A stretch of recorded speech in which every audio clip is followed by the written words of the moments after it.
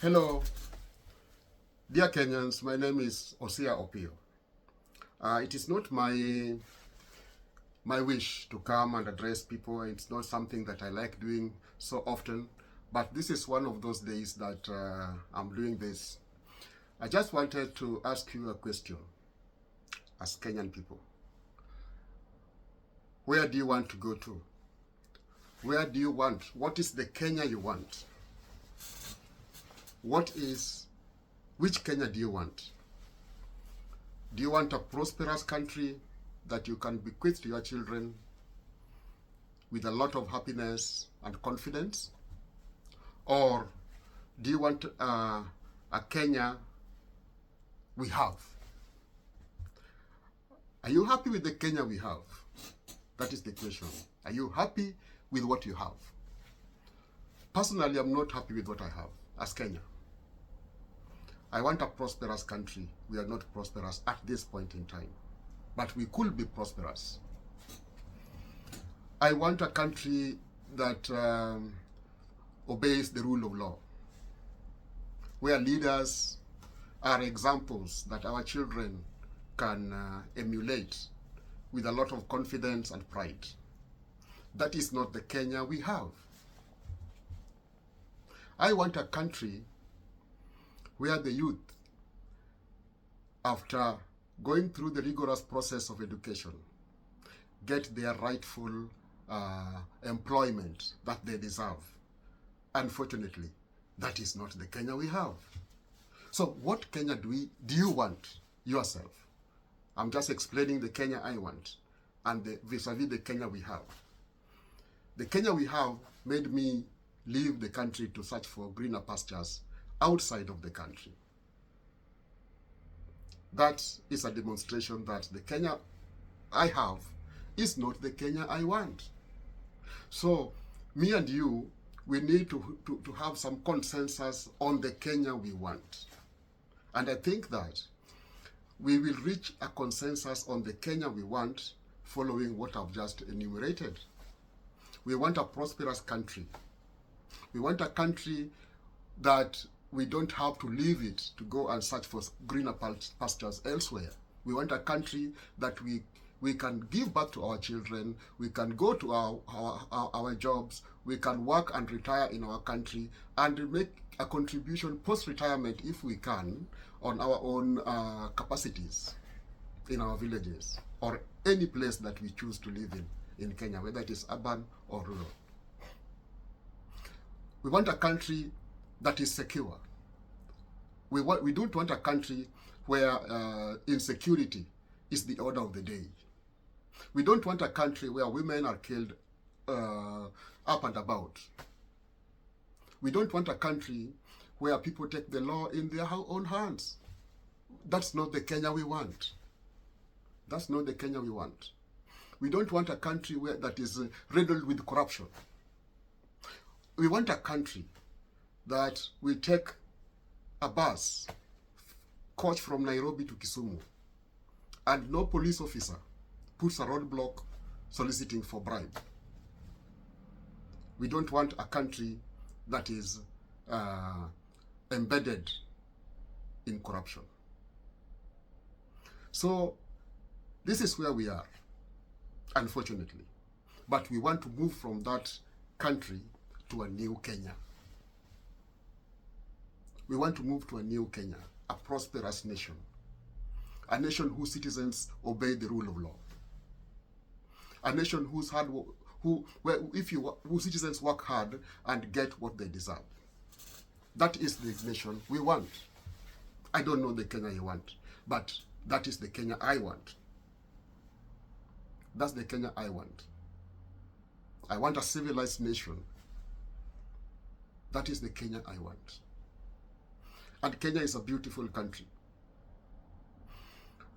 Let me talk about corruption.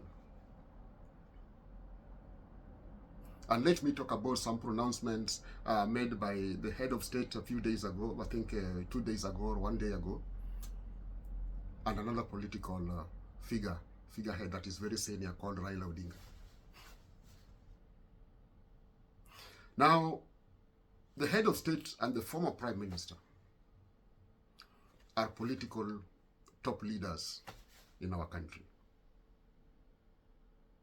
There's a lot of hullabaloo about this union. But I ask myself whether you want to agree with me or not. What is your alternative? What alternative do you have? If you want to remove the president from power, what is the alternative that you have? That's where my disagreement with some other countrymen lie in. Now, 1 year ago, we had a Gen Z movement. The young people that came out on the street to protest against the same things that some of us have been protesting about over many decades now. This Gen Z movement, when you listened to them, you would agree with me that they had a point. They came out to oppose a finance bill which they believed, and I believed as well, that was going to enslave them to taxes, paying taxes without services being realized. And they were right. Their protest was fruitful. They managed to convince the head of state to abandon a finance bill that was already passed by Parliament. And we were all joyful about that. After achieving that, a section of them wanted to continue with the protest, and they were now saying the president must go. For me, that became the point of departure from the Gen Z that began the protest to the second phase of the Gen Z. Because some people, including myself, asked a pertinent question.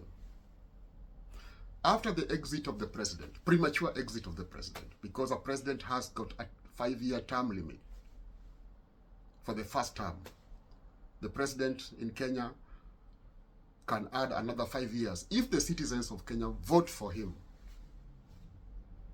And in case the citizens of Kenya vote for him, the last 5 years, which is the second 5 years, shall be the final year of his presidency. That's according to the Kenyan Constitution. Now, at this juncture, there are some that were of the school of thought that continuing with the protest after the finance bill had been put aside became meaningless, because it was now to make the head of state go home. One is, he wouldn't have gone home, the consequence of which would have been catastrophic. Or, in the unlikely event that he went home, some of us were asking the question of what next? Are we going to have a country, or we are going to have a failed state? And we have various examples of failed states whose names I don't have to mention now. You know them, some of them you know. And taking from the examples we know about those countries, I don't think, personally, I would like my country to be in that state of anarchy. It is on that basis that I supported the coming together of the president and the former prime minister, who was his close rival at the last general elections. Now, what we need to do as the people of Kenya and supporters of Gen Z, How can we make use of this union to achieve some of the goals that we had wanted to achieve that took us to the street in 2024, in June 2024? The president, in his pronouncement a few days ago, said that Parliament has corruption, a graft problem. Are we supposed to welcome that, or we are also supposed to oppose that? My problem is I'm seeing people opposing that. So what do you want? What do you want? What do you want? How do you want your country to be on the track? Because the same person supporting, the same person opposing the president is the same person again accusing the government of corruption. Which is true. There's a lot of corruption in governance, in Kenyan governance. There is a lot of corruption, and it's a shame. It's a shame. But now, how do you want to correct this situation? We can only correct this situation with the current head of state involved and participating in it. As long as we are not going to remove him, because taking him out of power is unconstitutional. It's unconstitutional. So how are we going to correct this situation? We are going to correct this situation by following the NADCO report, which the president has accepted and has committed to implement. And we are going to correct this situation through the 10-point agenda, which the president and the opposition figure, Raila Odinga, signed. The two leaders have accepted. Why can't we take our time and read the NADCO report, add it with the 10-point agenda that formed the cooperation between ODM, the political party in Kenya, and UDA, the ruling entity in Kenya?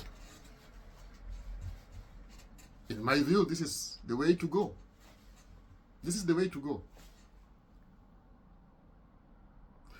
The idea of the conclave is a perfect idea. A conclave is people taking over the governance. That is what it is.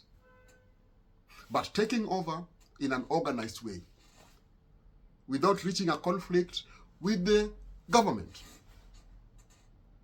If you reject that, I don't know what you want. If you reject that idea, I don't know what you want. The idea of a conclave is a very good idea. It's a perfect one, which we should embrace. We should all embrace it. Because it does not put citizens in a conflict with the police officers who are trigger happy to kill them.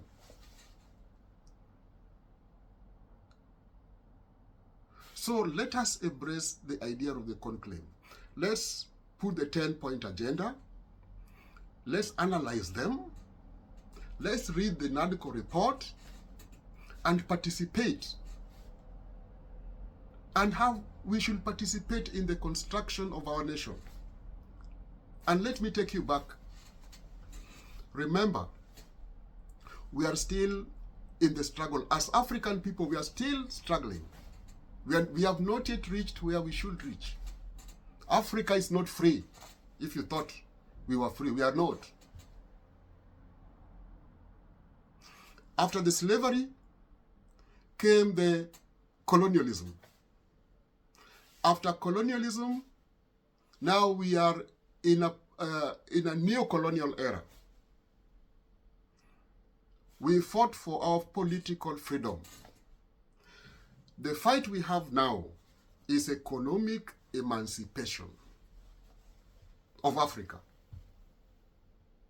And I want to remind you, and I want to invite you to this struggle.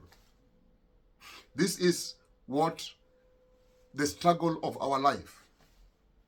This is the struggle of our lifetime.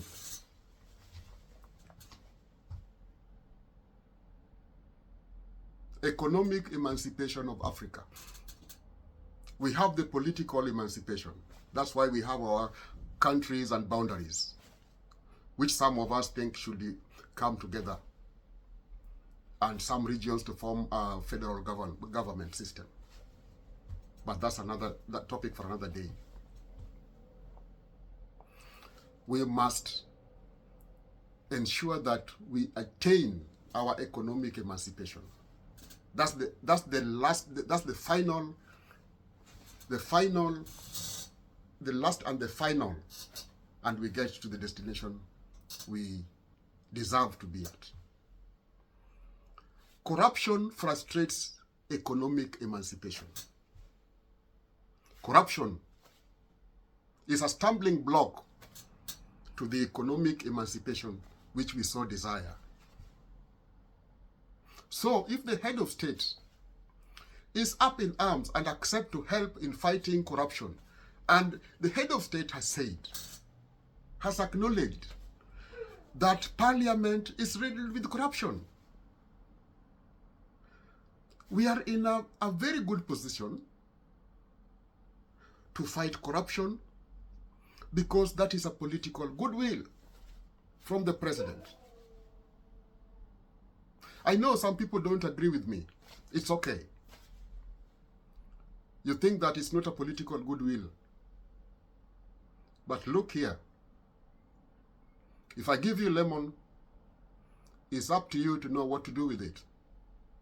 You can make lemonade out of it, or you can throw it away. It is up to you. It is absolutely up to you. Now the president has given you a lemon. Instead of picking that lemon and make lemonade out of it, you are out there just criticizing on Facebook, writing things that don't even make sense. So I think, and the reason why I'm sharing my views here is to invite you, is to encourage you to take hold of this right. It is your right. It's not an opportunity. It is your right to hold it and make your country a better place to live in. Let us emancipate ourselves economically. Let us cooperate. Let us be the leaders. Let us be the patriots. Tufunge mishipi.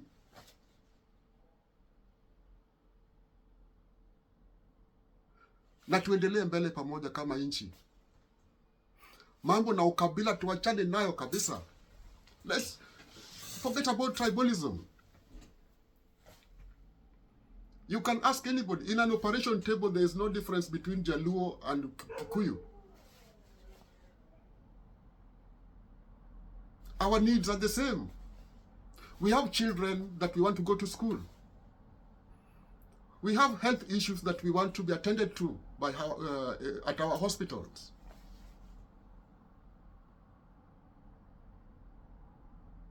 We have the same issues. We share the same country, the same laws govern us. If you steal and you are taken to court, it doesn't matter whether you are a Kikuyu or Jaluo or Mkamba. It doesn't even matter. If you are proven to be guilty, you will face the music. You will face the wrath of the law. So this idea of tribe, we should discuss it. We should discard it. We should take it out of the equation, because it makes no sense. It is just pure nonsense. Sometimes I feel so embarrassed when I hear top leaders. Some of them have occupied very top positions in our country, discussing tribe. And these leaders are not just coming from one region, they are all over the country. It's a shame. It's a shame. Why can't we come together for one? I see an opportunity. I see an opportunity to come together and make our country a better place we can be proud of. Kenya is a great country, and Kenya could be greater than it is, only if we work together.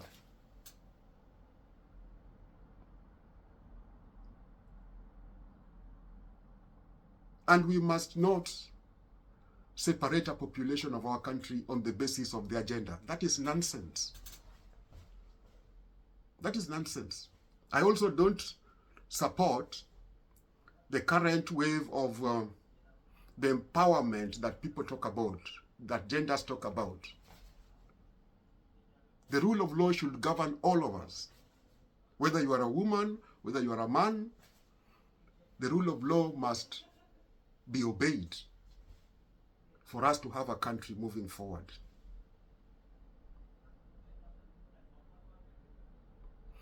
The issue of NGCDF,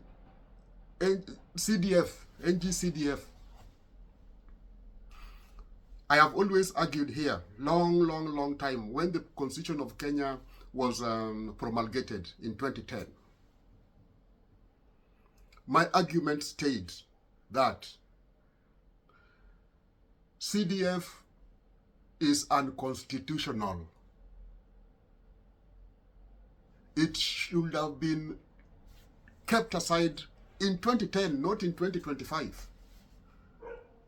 We have been operating CDF unconstitutionally. Those monies, in my view, should form part and parcel of devolved resources and be taken to the counties. And members of the National Assembly must stop defending themselves over corruption. The members of the National Assembly must sit down and ask themselves where the rain started beating them. It is not the first time that we are hearing about corruption in Parliament. It's not the first time. Those committees have been blamed for corruption before. So President Ruto is not the first person to have said that. Our courts of law are corrupt as well. So we can't have a country where corruption is at the heart of the governance system. So I think that as people of Kenya, we need to sit down and chart the way forward for our country. Now the People's Baraza has been welcomed.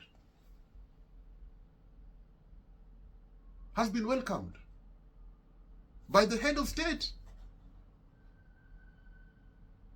He has not opposed it. He has not opposed a conclave. So when do you want to take that kind of an advantage? We need to come together and make sure that we put our agenda as a people of Kenya, as the people of Kenya, on the table.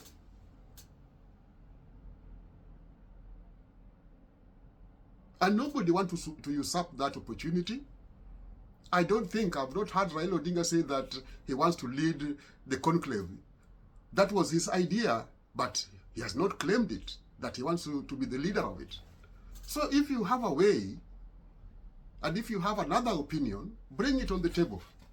But I think that is a necessary approach in terms of resolving the issues affecting Kenya. And there are many. Corruption is there. Bad governance is there.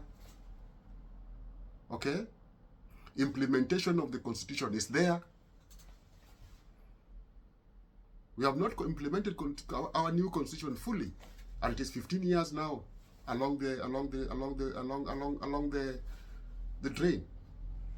15 years since we had a new Constitution. So there is a lot to do together, my fellow Kenyans. And we just must avoid leaders who preach tribalism and corruption. Those members of parliament who are against them being investigated over corruption, we must tell them that this can become agenda in 2027 during elections. And we will wait to see if they will make it back to parliament. Because they cannot hold our country hostage. We can't allow that. We want to proceed. Things work differently in other countries. And it's not about countries being rich or poor. If you follow the rule of law, then a lot of the issues that we are discussing today can be easy to resolve. But if we put corruption in front, everything, polisi ukipeleka kesi kwa polisi unaulizwa hongo. You make a distress call to a police office, to police post or police station, they tell you that leta fuel ya kufika kwako. Ongeza petroli. Petroli ni corruption. So our country, as at now, is not moving. It's not moving.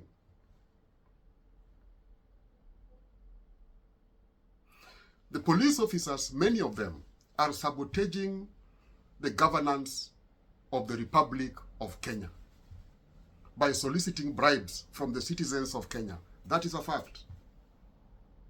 I'm not surprised that the members of National Assembly are doing the same. And I'm not surprised that the magistrates, judges of our courts of law are also doing the same. We can't have a country like that and move forward. We can't. Where a judge solicits bribe, there is no justice. Where will the weak man go to? We can't even have medication in hospitals. There's no medicine in hospitals. Because some of the doctors also have private clinics. So in a public hospital, the same doctor goes to treat in public hospitals and steals medicine to take to his own private clinic. Unaenda kwa hospitali, daktari anakuambia na kuandikia dawa uende ukanunue kwa pharmacy fulani. Hiyo pharmacy ni yake yeye mwenyewe. Na dawa ni wewe ulinunua, tena unaenda kulipia huko. Umenunua dawa na tax yako iko kwa a government hospital. Hiyo dawa imeibwa. Wameiba dawa. Wanapeleka kwa private clinic yao. The place they are sending you back to. So you are paying for the same medicine twice. That is the source of poverty which we are fighting against. That frustrates economic emancipation that we want to reach. So, na hayo machache wenzangu, I thank you for taking time to listen to me. And it's not about prayers for Kenya. It's about working hard to change Kenya. We must stop putting prayers where prayers don't fit. The actions of Africans shall change Africa. The actions of Kenya shall change Kenya. The actions of Tanzanians shall change Tanzania. The actions of Cameroonians will change Cameroon. It's not about prayers. We have to do the right things to change and make our destiny achievable, which we all want. We want economic emancipation of Africa. And I'm telling the international world, hands off Africa. With that I say, Viva Africa. May God bless Africa. Thank you.